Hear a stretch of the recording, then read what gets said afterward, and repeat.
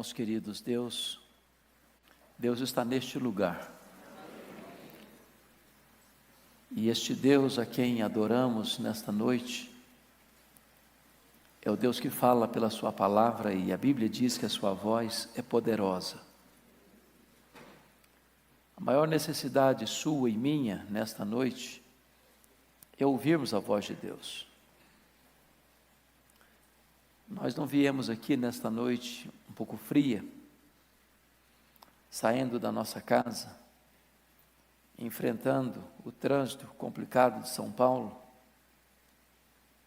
senão por esta convicção, nós queremos ouvir a voz de Deus.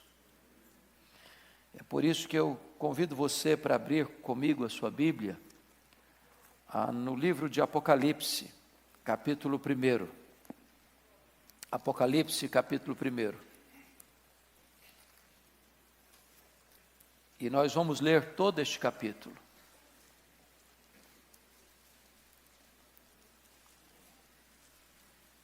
Lido o texto, não feche a sua Bíblia, por favor. Está escrito: revelação de Jesus Cristo, que Deus lhe deu para mostrar aos seus servos as coisas que em breve devem acontecer, e que ele, enviando por intermédio do seu anjo, notificou a seu servo João, o qual atestou a palavra de Deus e o testemunho de Jesus Cristo, quanto a tudo o que viu. Bem-aventurados aqueles que leem, aqueles que ouvem as palavras da profecia e guardam as coisas nela escritas, pois o tempo está próximo.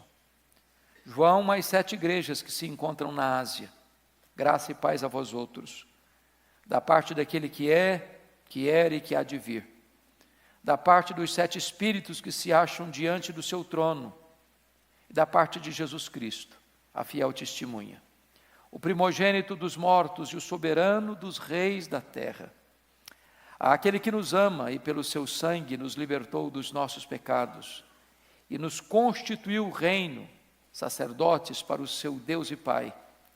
A ele a glória e o domínio pelos séculos dos séculos. Amém. Eis que vem com as nuvens, e todo olho verá, até quantos o traspassaram, e todas as tribos da terra se lamentarão sobre ele, certamente. Amém. Eu sou o Alfa e o Ômega, diz o Senhor Deus, aquele que é, que era e que há de vir, o Todo-Poderoso. Eu, João, irmão vosso e companheiro na tribulação, no reino e na perseverança, em Jesus achei-me na ilha chamada Patmos, por causa da palavra de Deus e do testemunho de Jesus. Achei-me espírito no dia do Senhor, e ouvi por detrás de mim grande voz como de trombeta, dizendo: o que vês, escreve em livro, e manda às 7 igrejas, Éfeso, Esmirna, Pérgamo, Tiatira, Sardes, Filadélfia e Laodiceia. Voltei-me para ver quem falava comigo, e voltado, vi 7 candeeiros de ouro, e no meio dos candeeiros, um semelhante a filho de homem, com vestes talares e cingido à altura do peito, com a cinta de ouro. A sua cabeça e cabelos eram brancos como a alva lã, como neve, os olhos como chama de fogo, os pés semelhante ao bronze polido, como que refinado numa fornalha, a voz como voz de muitas águas. Tinha na mão direita 7 estrelas, e da boca saía-lhe uma afiada espada de 2 gumes. O seu rosto brilhava como o sol na sua força. Quando o vi, caí a seus pés como morto. Porém ele pôs sobre mim a mão direita, dizendo: não temas, eu sou o primeiro e o último, e aquele que vive. Estive morto, mas eis que estou vivo pelos séculos dos séculos, e tenho as chaves da morte e do inferno. Escreve, pois, as coisas que viste, e as que são, e as que hão de acontecer depois destas. Quanto ao mistério das 7 estrelas que viste na minha mão direita, e aos 7 candeeiros de ouro, as 7 estrelas são os anjos das 7 igrejas, e os 7 candeeiros são as 7 igrejas. Eu quero pensar com vocês hoje sobre o seguinte tema: não se desespere. Na crise, olhe para Jesus. Não se desespere. Na crise, olhe para Jesus. A W. Pink, um dos mais renomados escritores do século passado, no seu livro, excelente livro, Deus é Soberano, levanta uma pergunta, perturbadora inclusive: quem controla o mundo hoje? E ele pergunta mais: Deus ou o diabo? Quando você abre os jornais, quando você liga o seu televisor, quando você acompanha os noticiários internacionais, parece até que quem está comandando é o diabo. As nações estão perplexas. As guerras explodem por todo lado. A violência campeia. A maldade campeia. A mentira, o engodo, domina as nações. As heresias, as seitas, as filosofias ateístas, os regimes totalitários, a maldade do coração. Parece que tudo conspira contra a verdade, contra a justiça, contra a santidade, contra a pureza. Parece-nos que os acontecimentos de perto e de longe revelam para nós que a grande Babilônia está sufocando a Nova Jerusalém. O juízo, porém, prestem atenção, está próximo. A verdade não recolherá derrotada pela mentira. A injustiça não prevalecerá sobre a justiça. O mal não prevalecerá sobre o bem. O dia do juízo se aproxima, e o diabo, e o anticristo, e o falso profeta, e a grande Babilônia, e os ímpios serão lançados no lago do fogo, e Cristo então reinará com a sua igreja pelos séculos dos séculos. Ainda que o mal possa parecer que está prevalecendo, e que o diabo possa parecer que está dominando, quem reina absoluto é o Senhor Jesus Cristo e a sua igreja.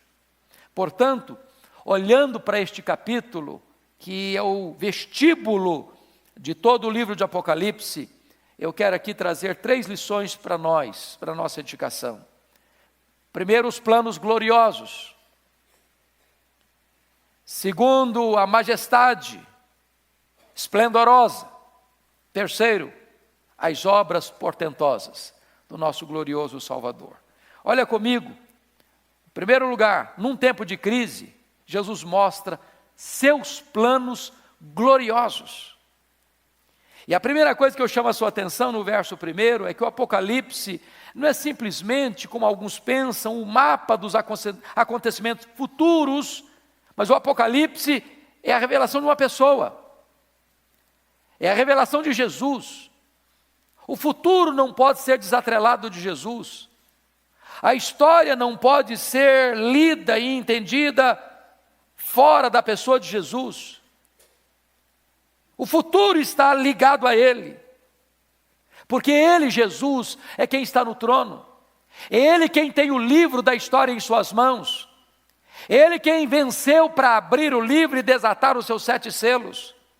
A história do Apocalipse é a história daquele que está no controle da história e a leva a uma consumação final. A história não está à deriva, a história não é cíclica, a história é teleológica, ela caminha para um fim, e este fim é a vitória de Cristo e da sua igreja. Segundo lugar, o Apocalipse é a revelação de Jesus dada pelo próprio Deus triuno. Se não, vejamos. Olha aí comigo os versos 4 e 5. João às 7 igrejas que se encontram na Ásia, graça e paz a vós outros, da parte daquele que é, que era e que há de vir, da parte dos 7 espíritos que se acham diante do seu trono e da parte de Jesus Cristo. Notem vocês que ele já traz aí exatamente a presença da Trindade, daquele que há de vir, e da parte dos 7 espíritos, está atrapalhando aí a pessoa do Espírito Santo, e da parte de Jesus Cristo. Então, se você perceber, O Pai, o Filho e o Espírito Santo, sendo Deus vivo e verdadeiro, é aquele que fala, é aquele que se comunica, é aquele que se revela num tempo de crise, de dor e de perseguição. É o próprio Deus, o Deus vivo, o Pai, o Filho e o Espírito Santo, é quem está abrindo a cortina do tempo, é quem está iluminando o palco da história, está se revelando para João, dizendo o seguinte: nós estamos no controle, a história não está à deriva. Terceiro, o Apocalipse mostra que no meio da tormenta, Deus sempre traz uma palavra de esperança. Veja comigo, por favor, os versículos 9 e 10. Eu, João, irmão vosso e companheiro, na tribulação, no reino e na perseverança, em Jesus achei-me na ilha chamada Patmos, por causa da palavra de Deus e do testemunho de Jesus. Achei-me em espírito no dia do Senhor e ouvi por trás de mim grande voz como de trombeta. Vamos entender aqui, irmãos, o que João está querendo nos dizer. Ele começa a nos informar que ele se acha na ilha chamada Patmos em tempo de tribulação, mas por causa da palavra de Deus e do testemunho de Jesus. Então vamos entender isso, que aquele tempo era um tempo de perseguições sistemáticas. Deixa eu resumir isso para você. Quando os imperadores romanos estavam começando a usar o título de Deus, isso foi dado a eles pelo Senado romano, Júlio César, Augusto, Cláudio, Vespasiano, Tito, tinham já sido declarados divinos pelo Senado romano. Eles já tinham recebido esse epíteto, esse adjetivo, essa caracterização para serem adorados como deuses. Mas foi Domiciano, no ano 81 a 96, que avançou um pouco mais nessa tendência e exigiu que fosse ele chamado de Dominus et Deus, de Senhor e Deus. Pois bem, foi esse Domiciano, que é o primeiro imperador da história romana a arrogar para si o título de Senhor e Deus, é quem encaminha então João para a ilha de Patmos. Se você perceber, ele é chamado de segundo Nero, porque se Nero pôs fogo em Roma, se Tito Vespasiano pôs fogo em Jerusalém, Domiciano põe fogo nos cristãos. Este homem que alarga a perseguição de Nero, este homem que amplia a perseguição de Nero e massacra os cristãos. E essa perseguição e essa matança aos cristãos não se reduz agora a Roma, também avança para a província da Ásia Menor. Essa perseguição já tem agora um cunho mais geral, mais amplo. E diz a Escritura que é nessa conjuntura é que os cristãos estão sendo crucificados, queimados vivos, jogados às feras, pisoteados, e é nesse momento é que diz a Bíblia que João é enviado para a ilha de Patmos. Para quê? Para morrer na solidão. Para quê? Para isolá-lo da igreja. Para quê? Para jogar a pá de cal no cristianismo. Para quê? Para furtar da igreja toda a sua esperança naquele tempo de massacre, de cerco, de emparedamento do mal e de morte. Mas vejam vocês que o que está escrito é que ele fisicamente está em Patmos, mas ele diz: achei-me em espírito no dia do Senhor. Você pode estar encurralado pela maior crise, pela maior perseguição. Você pode estar sendo levado por uma prisão, para um cerco, para uma ilha vulcânica, para morrer ali sozinho. Mas mesmo ali, nesse cenário duro, nesse cenário amargo, nessa geografia de morte, diz a Bíblia que ele se acha em espírito. Você está em São Paulo, mas você está em espírito. Você está em São Paulo, mas você está ligado a Deus. Você está em São Paulo, mas você está conectado com o trono de Deus. Quem dirige a sua vida não são as decisões de São Paulo, são as decisões do trono de Deus. Agora notem comigo, que esse não é apenas um tempo de perseguição, mas era um tempo de desvios doutrinários constantes. Quando você lê as cartas às igrejas, você vai ver como a igreja de Éfeso foi atacada pelos falsos apóstolos, pelos nicolaítas. Você vai ver como a igreja de Pérgamo foi atacada duramente pela doutrina de Balaão. Você vai ver como a igreja de Tiatira foi atacada pelas falsas heresias daquela profetisa chamada de Jezabel. A igreja está sendo minada não apenas por uma perseguição política, mas ela está sendo minada também pelas heresias que vêm das sucursais do inferno. Mas em terceiro lugar, a igreja está sendo atacada não apenas pela perseguição, não apenas pelas heresias, mas atacada pela imoralidade. Se não, vejamos. Gibbon, que foi um historiador antigo, faz uma declaração espantosa. Ele disse que dos 15 imperadores de Roma, 14 deles eram homossexuais. Dos 15, 14 eram homossexuais. E ele disse, apenas Cláudio não era homossexual, mas a sua mulher era uma prostituta. Esse era o cenário moral do Império Romano. Esse era o ambiente em que a igreja de Cristo estava vivendo. E se você perceber, o espírito da grande Babilônia era o espírito da prostituição. A imoralidade estava entrando para dentro das igrejas da Ásia Menor. A ponto de vocês perceberem que quando Jesus envia a carta a Pérgamo, ele diz, eu conheço o lugar onde tu habitas, onde está o trono de Satanás. Se você olhar, a igreja de Tiatira estava aceitando dentro da igreja uma profetisa que estava induzindo o povo à prostituição. E aí você vai perceber, irmãos, que quando João é enviado para esta ilha, não tem só a perseguição política massacrando a igreja, não tem apenas, meus amados irmãos, heresias entrando para dentro da igreja, mas tem também uma imoralidade, que é o clima e o ambiente onde essa igreja vive. Esse livro está vivendo uma tensão constante entre Cristo e o anticristo, entre o cordeiro e o dragão, entre a cidade santa e a grande Babilônia. E eu chamo a sua atenção para esses três aspectos: perseguição, heresia e imoralidade. Leia o livro de Apocalipse e vocês verão que são esses três elementos que estão constantemente atacando a igreja, lá no passado e ainda hoje. Se não, vejamos. A besta que surge do mar, quem é? É o anticristo. Qual é a bandeira dele? Perseguição. A besta que surge da terra, quem é? É o falso profeta. Qual é a bandeira dele?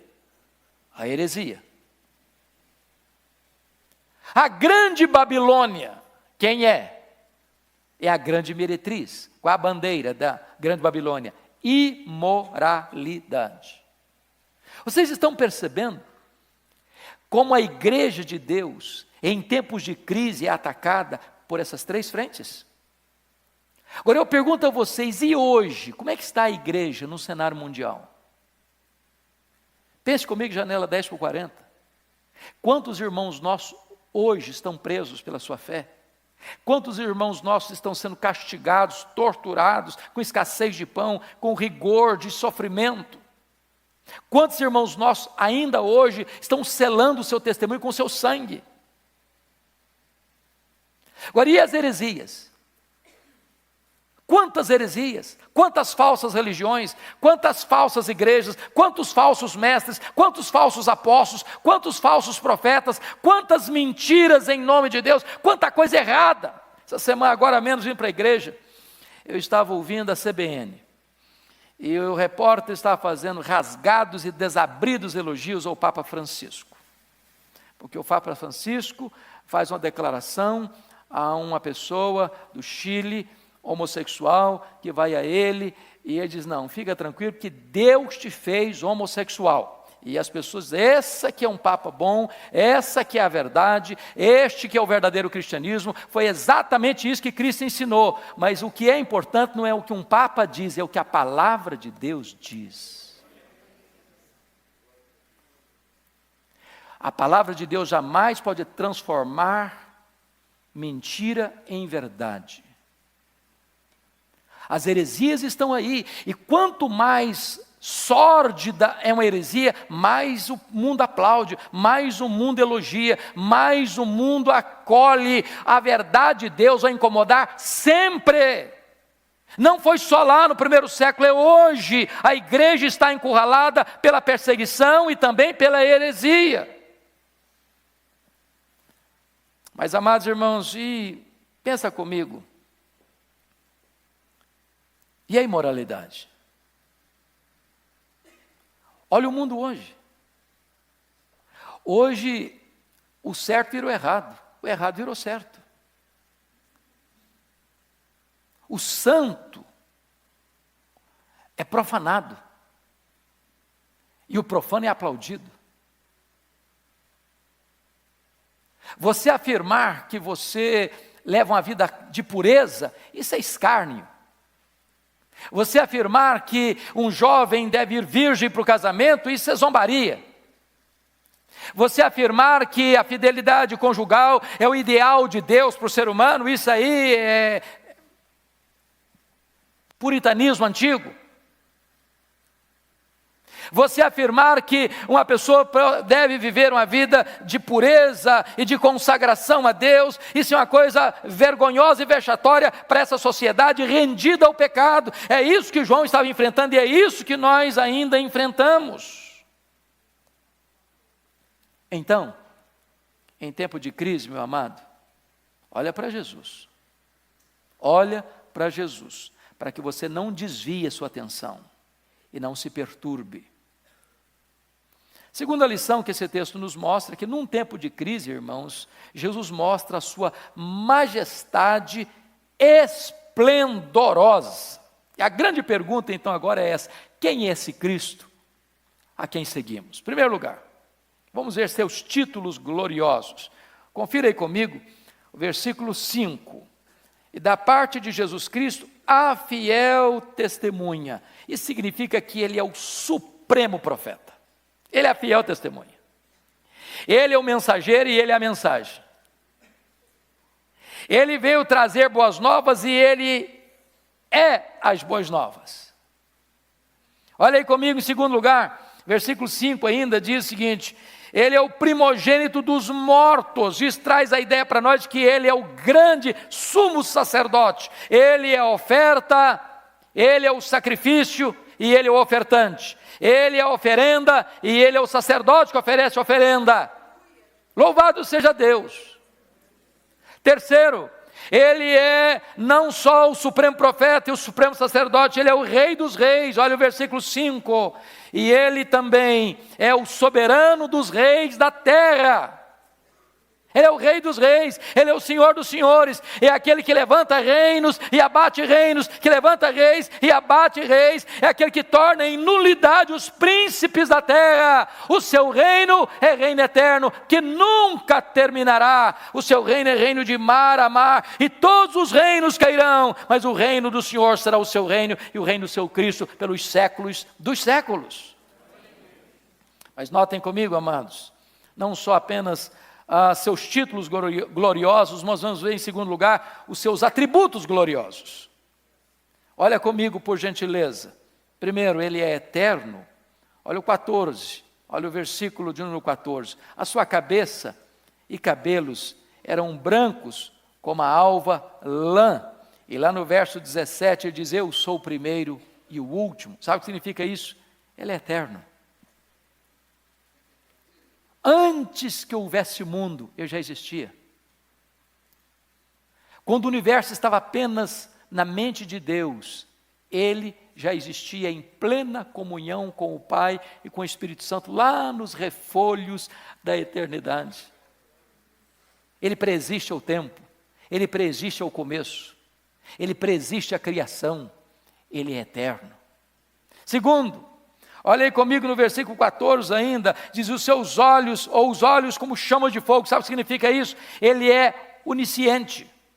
Nada pode ficar escondido diante daquele cujos olhos são como chamas de fogo. Ele conhece, ele vê, ele sonda, ele conhece aquilo que você não conhece, ele sabe aquilo que você não sabe, ele vê o que você não consegue ver, ele está lá quando você fecha a porta para que ninguém te veja, ele é onisciente. Terceiro, olha aí comigo o versículo 15, os pés semelhantes ao bronze polido, como que refinado numa fornalha. Isso traz a ideia de que ele é onipotente, nada pode resistir ao seu poder, os seus pés a tudo esmaga. Pega comigo aquela figura de Daniel capítulo 2. Aquela é uma das figuras mais incríveis de interpretação da história da humanidade. Daniel é chamado para interpretar a visão do rei de uma grande imagem, 30 metros, cabeça de ouro, peitoral e braços de prata, quadris e pernas de bronze, os pés de ferro e de barro. E aí diz a Bíblia que Daniel traz a interpretação, a cabeça de ouro és tu, ó rei Nabucodonosor.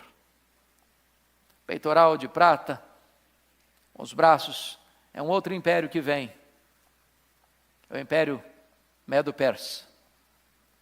Os quadris de bronze, é um outro império, o império greco-macedônio. As pernas e os pés de ferro, é o império romano. Mas de repente uma pedra não lavrada por mãos, bate nos pés desta imagem e toda ela vira pó. E esta pedra vai crescendo, crescendo, crescendo e toma conta de todo o universo. E essa pedra não lavrada por mãos, que toca nesta imagem, a destrói e toda ela vira pó. Este é o Senhor Jesus Cristo e este é o seu reino. Ninguém, amados, pode desafiar o Senhor Jesus Cristo e prevalecer. Ele é onipotente. Quarto, olha comigo os versos 12 e 13, ele é onipresente. Voltei-me para ver quem falava comigo, e voltado vi 7 candeeiros de ouro, e no meio dos candeeiros, um semelhante a filho de homem, e os candeeiros são as igrejas. Em outras palavras, ele está em Éfeso, ele está em Esmirna, ele está em Pérgamo, ele está em Tiatira, ele está em Sardes, ele está em Filadélfia, ele está em Laodiceia, ao mesmo tempo. Ele está na China, ele está no Japão, ele está na Coreia, ele está nos Estados Unidos, ele está aqui em São Paulo agora ao mesmo tempo. Louvado seja Deus. Ele é onipresente. Mas olha comigo o versículo 16. Ele é um guerreiro vitorioso.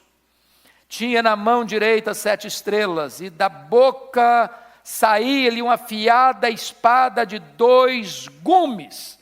Oh, irmãos, quantas vezes nós imaginamos que esta grande batalha chamada do Armagedon, são grandes exércitos armados até os dentes, com armas poderosíssimas, com as suas máquinas de guerra, lá naquele campo do Armagedon, na Galileia, como se tivesse uma grande conflagração, uma grande batalha entre 2 forças opostas, com muitas armas. Sabe o que a Bíblia diz?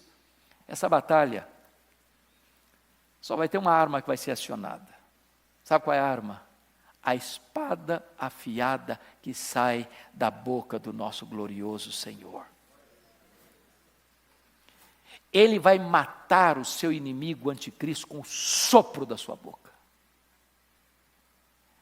Ninguém pode resistir o seu poder. Ele vem montado num cavalo branco, vencendo e para vencer.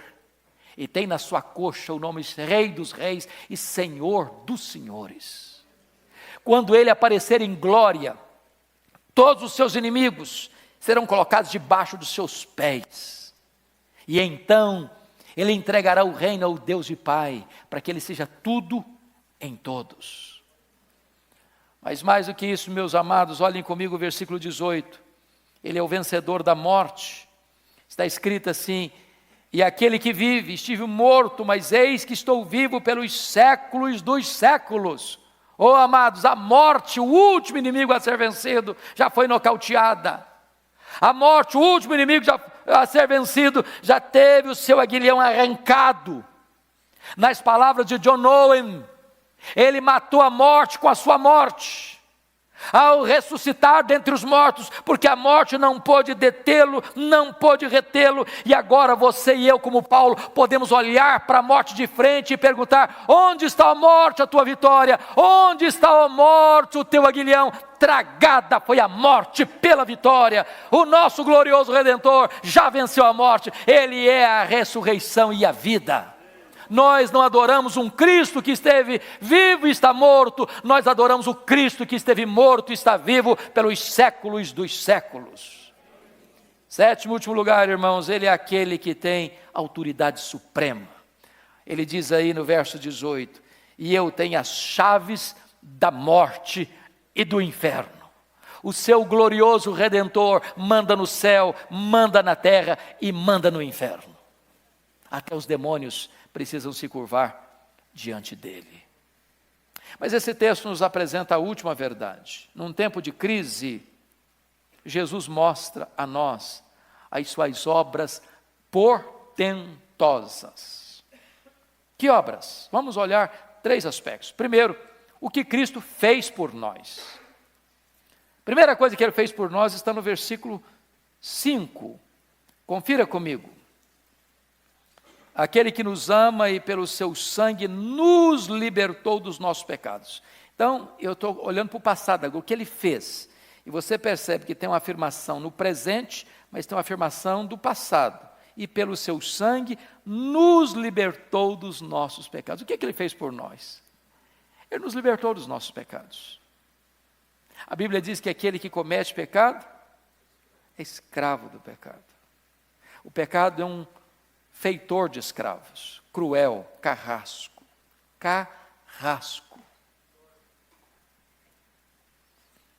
O pecado se apresenta a você com brilho, com glamour, com cobertura adocicada, oferece para você muitos prazeres, muitas vantagens, mas depois ele definha a sua alma.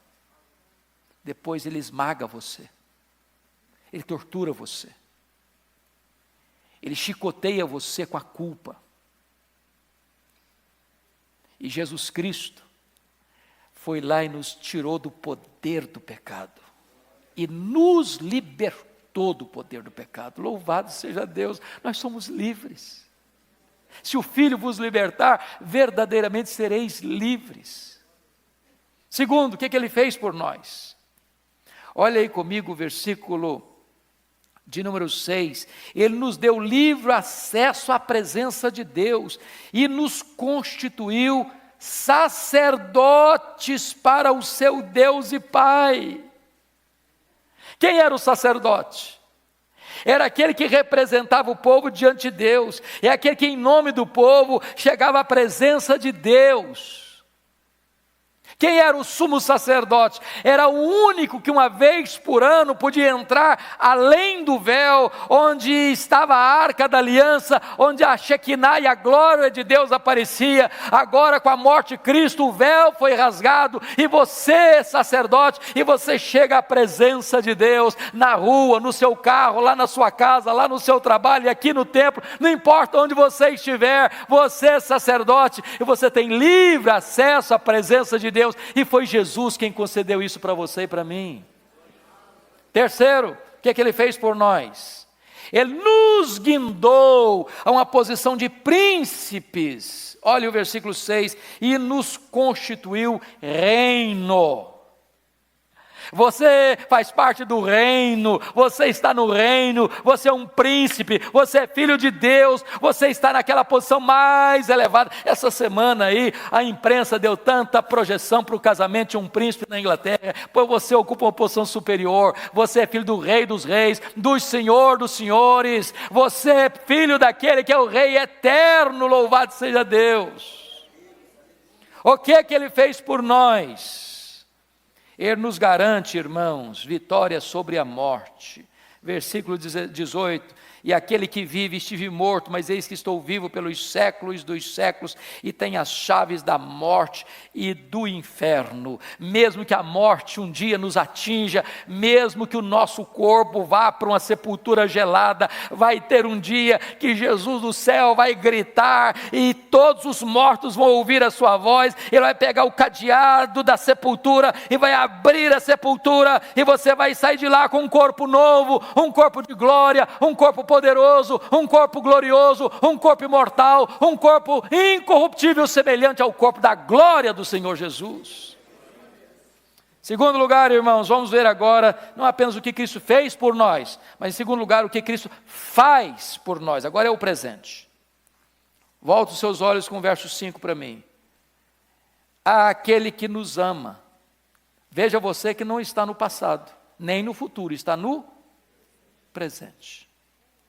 E a ideia aqui é de um presente contínuo. Ele nos ama. E para mim não tem nada mais gostoso para curar todos os dramas da nossa alma, todos os complexos do nosso coração, a questão de autoestima, o complexo de inferioridade, que é isso. Ele ama você. Os puritanos perguntavam isso: você acha pouco o fato de você ser amado por Deus? Ele ama você. Você que está passando luto, você que está passando crise, você que está sendo perseguido, você que está passando tribulação, você que está aí sendo encurralado, você que está aí sendo massacrado, você que está passando tantas aflições na sua vida, na sua casa, na sua família, no seu trabalho, na sua vida espiritual, na sua igreja, não importa que tipo de problema, Jesus está dizendo para você: eu amo você, eu me importo com você, você é precioso para mim, você é a menina dos meus olhos, você é a minha herança, você é a minha delícia, em quem tenho todo o meu prazer. Segundo lugar, irmãos, o que é que ele faz por nós? Notem vocês, ele anda no nosso meio. Olha o versículo 13. Verso 12 diz assim: voltei-me para ver quem falava comigo, e voltado vi 7 candeeiros de ouro, e no meio dos candeeiros um semelhante a filho do homem. Sabe o que ele faz com a gente? Ele anda no nosso meio. Ele anda no nosso meio. Ele está aqui. Ele está aqui. E para que ele anda no nosso meio? Em primeiro lugar, ele anda no nosso meio para conhecer-nos. Aliás, é um estribilho em todas as 7 cartas. Eu conheço, eu conheço, eu conheço, eu conheço, eu conheço, eu conheço, eu conheço. Para 5 dessas igrejas, ele vai usar a mesma expressão: eu conheço as tuas obras. Para a igreja de Pérgamo, ele vai dizer: eu conheço o lugar onde tu habitas. Para a igreja de Esmirna, ele vai dizer: eu conheço a tua tribulação e a tua pobreza. Eu quero dizer para você que Jesus conhece você, Ele conhece onde você mora, Ele conhece o que você está vivendo, o que você está passando, o que você está fazendo. Ele conhece, Ele está no nosso meio. Mas mais, segundo lugar, Ele está no nosso meio também, irmãos, para nos exortar. Eu preciso ser exortado, você também precisa. É por isso que Jesus disse para a igreja de Éfeso: eu tenho uma coisa contra ti, que tu abandonaste o teu primeiro amor. Jesus está aqui hoje, talvez, exortando o seu coração. Você perdeu o fervor, você perdeu a alegria, você perdeu o entusiasmo, você perdeu o brilho nos olhos, você perdeu aquela chama do coração, você perdeu aquele entusiasmo do primeiro amor. Jesus está dizendo: volta, meu filho, volta à prática das primeiras obras, volta ao melhor que você já foi no passado, volta. Ele está exortando o seu povo. Mas ele veio também, está aqui hoje para consolar. Ele diz para a igreja de Esmirna assim: não temas as coisas que tens de sofrer. Talvez você está passando um momento tão difícil na sua vida. Talvez o medo está assaltando o seu coração. Talvez o futuro é tão sombrio para você. E Jesus está dizendo assim: não temas, meu filho, o que você vai ter que passar, o que você vai ter que sofrer. Não tema não, não tem medo não. Estou com você. Estou segurando firme a sua mão. Estou do seu lado. Sou o seu refúgio, sou o seu amparo, sou o seu consolador. Para que ele está aqui? Ele está aqui para fazer promessas para você e para mim. Promessas. Ao vencedor, dar-lhe-ei que se alimente da árvore da vida. Ao vencedor, ele não sofrerá a segunda morte. Ao vencedor, dar-lhe a estrela da manhã. Ao vencedor, darei vestiduras brancas. Ao vencedor, farei coluna e santuário do meu Deus. Ao vencedor, farei assentar comigo no meu trono. Ele está prometendo para você bênçãos não apenas temporais, mas sobretudo eternas. Mas eu quero concluir. Nós olhamos o que Cristo fez por nós. Nós olhamos o que Cristo faz por nós, mas em último lugar, o que Cristo fará por nós. Olha comigo o versículo 7. Você pode ler o 7 comigo, toda a igreja? Vamos juntos? Eis que vem com as nuvens, e todo olho verá, até quantos o traspassaram, e todas as tribos da terra se lamentarão sobre ele certamente. Amém. Sabe o que ele fará para nós? Ele vai voltar para buscar você. Ele vai voltar. Hoje, talvez a sua dor é grande, e eu fico imaginando, irmãos, que por mais intenso que seja o sofrimento que você e eu estamos passando hoje, talvez não chegue nem de perto ao sofrimento que aquele povo estava sofrendo lá no Império Romano. Queimados vivos, crucificados, jogados nas arenas, banidos, torturados, espoliados. E talvez você passe momentos tão difíceis.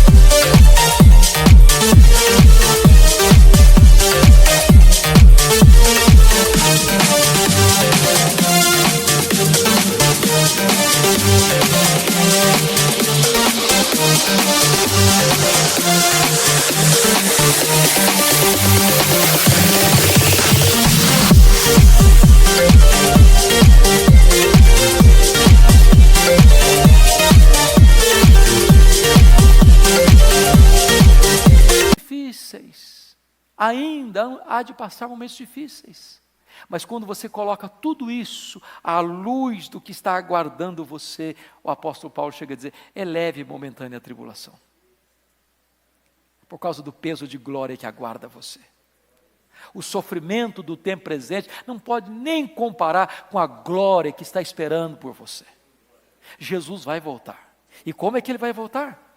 Pessoalmente, fisicamente, visivelmente, audivelmente, inesperadamente, repentinamente, inescapavelmente, gloriosamente, vitoriosamente. Ele vai voltar. Ele vai voltar. A nossa esperança não está aqui. O nosso tesouro não está aqui. A nossa casa permanente não está aqui.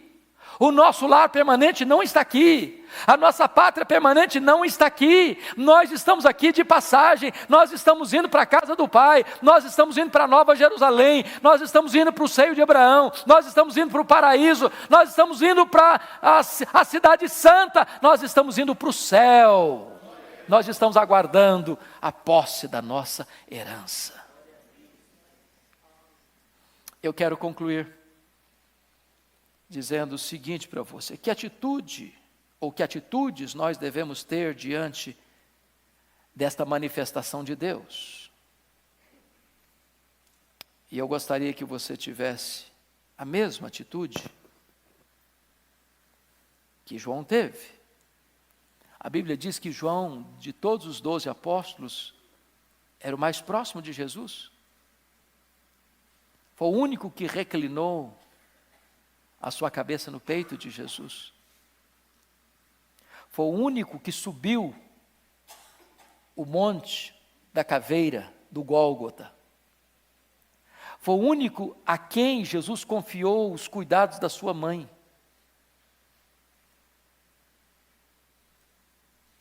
E agora, diante da visão do Cristo da glória, diz o verso 17, quando o vi, caí a seus pés, como morto. Quem de nós pode suportar a glória do Rei da glória? Nós precisamos, irmãos amados, nos prostrarmos aos pés do nosso glorioso Redentor. Porque quando você tem uma visão de quão grande Ele é, por maiores que sejam os seus problemas ficam pequenos diante da sua grandeza. Hoje é hora de nos curvarmos. Porque quando você se curva diante dele, ele mesmo põe a mão sobre a sua vida, sobre a sua cabeça e diz, não tem medo não, filho. Tem medo não. Não tenha medo não. O seu futuro está na minha mão. Eu sou o primeiro, e eu sou o último. Eu estive lá atrás, vou estar lá na frente. Você talvez não sabe o que tem na curva. Você não enxerga no escuro. Você não sabe o que tem ainda a vir sobre a sua vida. Mas eu estou lá na frente. Eu sou o último. Se você, meu filho, tiver que enfrentar a morte, não tema não. Eu já estive morto. Mas eu estou vivo pelos séculos dos séculos. Confie em mim. Descanse em mim. Eu estou no controle. Você é mais do que vencedor. Eu quero convidar a igreja, se você tem essa liberdade, para nós nos prostrarmos diante do nosso Rei glorioso nesta noite. Se você tiver liberdade, quiser vir aqui à frente, para nós nos ajoelharmos, nos prostrarmos diante dEle, colocar os nossos medos, as nossas angústias, as nossas tribulações, as nossas aflições, as nossas causas, as nossas lutas, os nossos dramas. Vamos nos prostrar diante dEle. Ele está aqui nesta noite. Ele está presente aqui. Ele está no meio dos candeeiros, Ele está no meio da sua igreja. Ele é aquele que nos libertou. Ele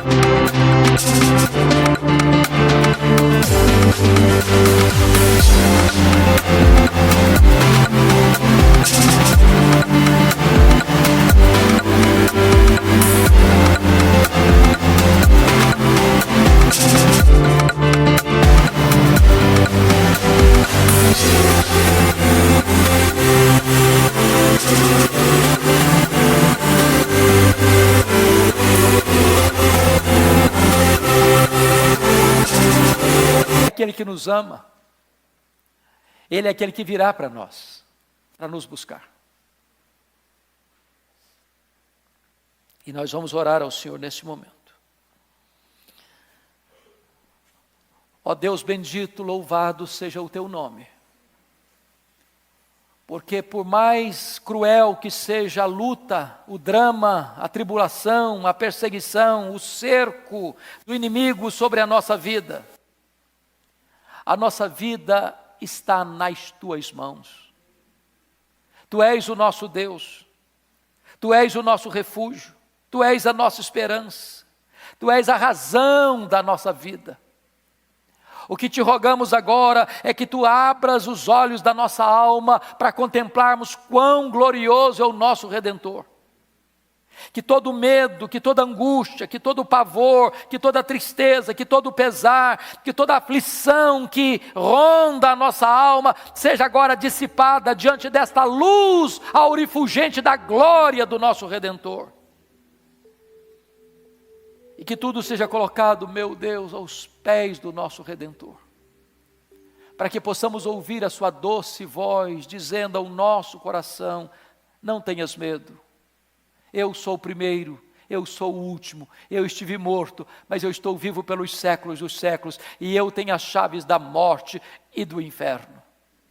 Aquieta o coração do teu povo, consola a alma do teu povo, renova o ânimo do teu povo, e permita, meu Deus, que as nossas angústias caiam das nossas costas e rolem para os pés do nosso Senhor, e nós saímos daqui livres, leves, confiantes, serenos, ó Deus, seguros de que a nossa vida está nas tuas poderosas mãos. Bendito é o teu nome, porque o futuro não é sombrio, o futuro enseja-nos a gloriosa volta do Senhor Jesus, quando estaremos com Ele para sempre e sempre e sempre. Bendito é o teu nome, em nome de Jesus. Aleluia. Amém.